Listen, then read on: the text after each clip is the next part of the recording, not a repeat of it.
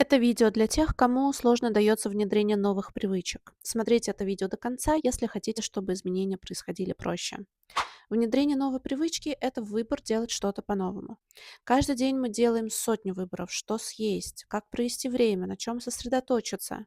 И каждый из этих выборов всегда имеет свою выгоду и всегда имеет свою цену.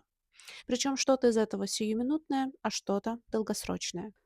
Например, если вы выбираете тренировку вместо дивана, цена– это напряжение, а не отдых, но награда– здоровье, хорошее самочувствие и потянутая форма. Если же вы выбираете прокрастинацию, выгода– сиюминутный отдых, но цена– стресс от невыполненной задачи. Вы сегодняшний получаете мимолетные бонусы от того, что не меняетесь, но вы, будущий, упускаете крупную победу. В следующий раз, совершая тот или иной выбор, подумайте, какую выгоду он принесет и какую цену за него надо заплатить.